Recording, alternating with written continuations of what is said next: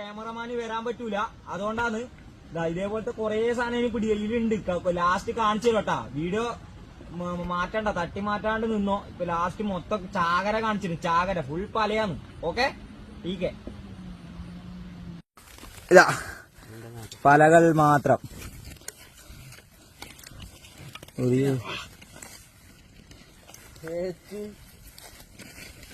വലിയ വലിയ പലകള് മാത്രമേ ഇല്ലൂ.